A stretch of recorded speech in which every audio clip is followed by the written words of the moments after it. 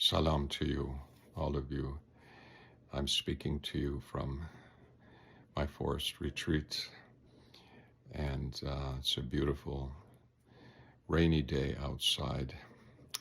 But what I wanted to share with you is the delight of getting older and having a refuge from within oneself.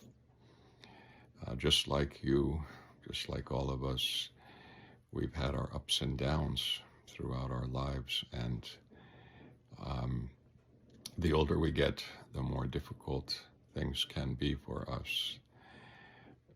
On the other hand, as we get older and we lose capacities of different kinds, medical difficulties, some memory loss, etc., nevertheless, the amazing thing is, as we are slowly perishing, by looking inside ourselves and sitting as much as we can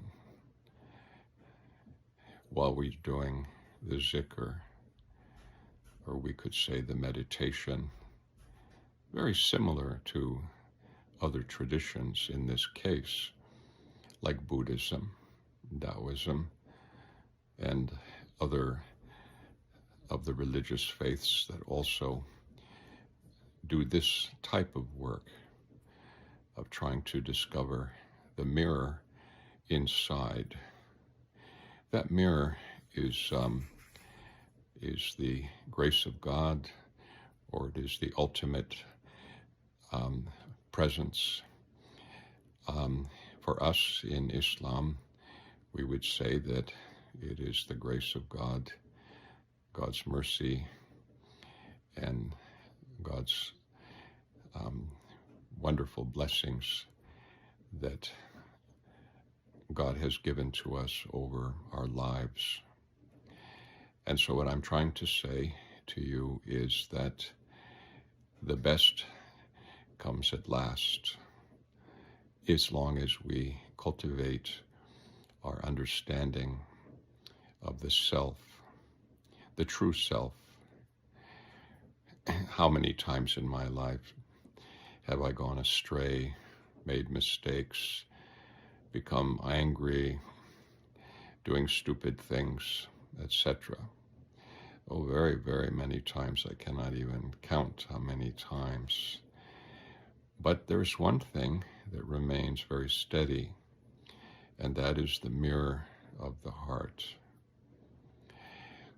So, in principle, all we need to do is to sit quietly. If possible, do this every day, every other day, as much as you can. Sit there expecting nothing. Close your eyes and just see what is going on. What kind of turbulence, what kind of desires, what kind of difficulties that we remember through our lives. Despite all of that, we simply sit there and we watch these things come and go. And I promise you that if you do this over the years, this capacity to find your true self in the mirror of the divine, this becomes stronger, and it becomes delightful, it becomes profound, it becomes beautiful, it becomes astonishing to the point of disappearing into that mirror and then returning out from it to feel oneself full of the beauty, the mercy, the energy, the wisdom that has been given to us from the mirror of this self. The self, of course, is usually given a bad rap for good reason. In Islam, of course, we call it the nafs, the self is really what it means, but it has the sense of a rather stubborn, selfish, and foolish entity that most of us would call survival or would call desire, whatever it might be. But there's really not a whole lot of time to spend on the self, particularly the outer self is what we're saying. So we should cultivate our experiences within ourself, having faith that this is possible. I remind you, as I've explained before, I spent 2-3 decades before something profound did actually start to occur.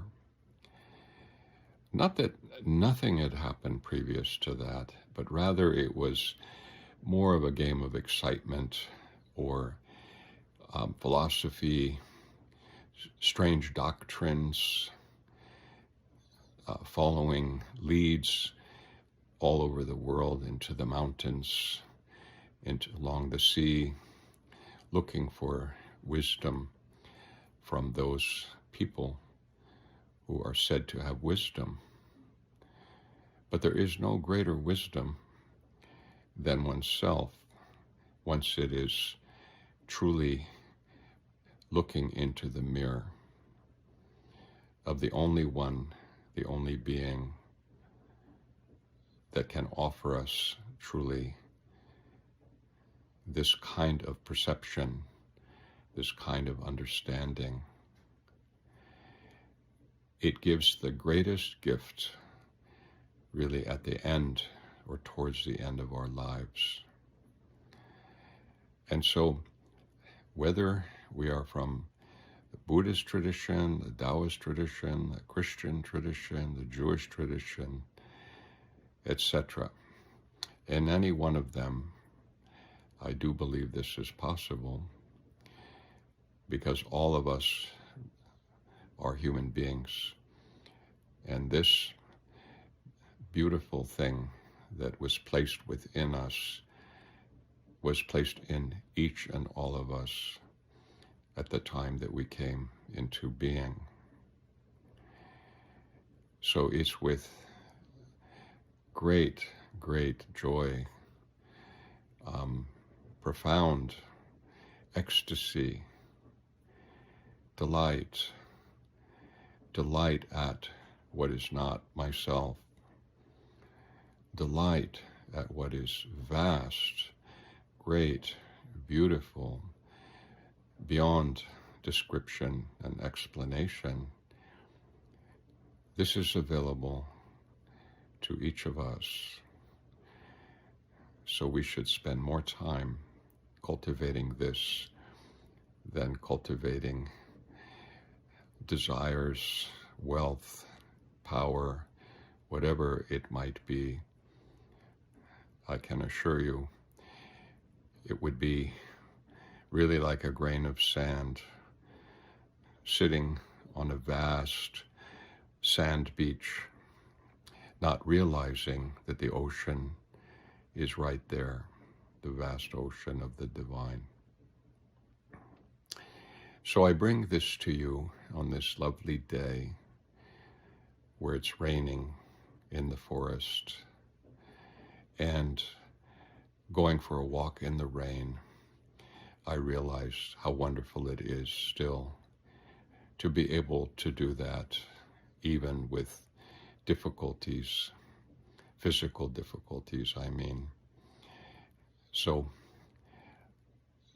anyhow, that's really all I wanted to say to you, that it all lies within you, within us, each of us, but not that self that we are relying upon. Rather, we're simply relying upon sitting, preferably closing one's eyes, staying as still as possible to watch what arises and to wait It can be very frustrating. You might have to wait for a long time initially, but do not give up, because I assure you that it would be very worthwhile for you to keep sitting in this manner.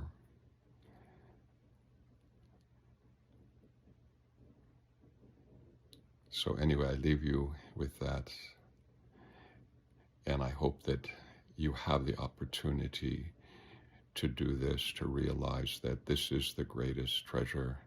There is nothing greater than this in your heart, in your soul, in our hearts, in our souls. So may God bless you.